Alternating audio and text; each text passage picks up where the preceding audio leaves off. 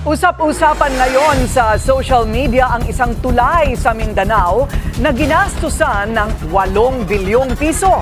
2 buwan pa lang kasi mula nang buksan ang Pangil Bay Bridge sa publiko, eto na, sira-sira na po ito.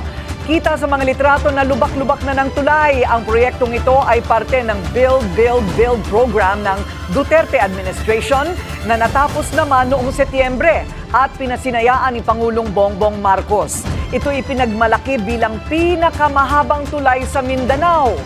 Para sa Facebook user na ito, nakakalungkot na mukhang maraming nakurakot daw mula sa pondo na para dapat sa proyektong ito. May nagsabi ring substandard ang pagkakagawa sa tulay at patunay ang mga litratong kumakalat online.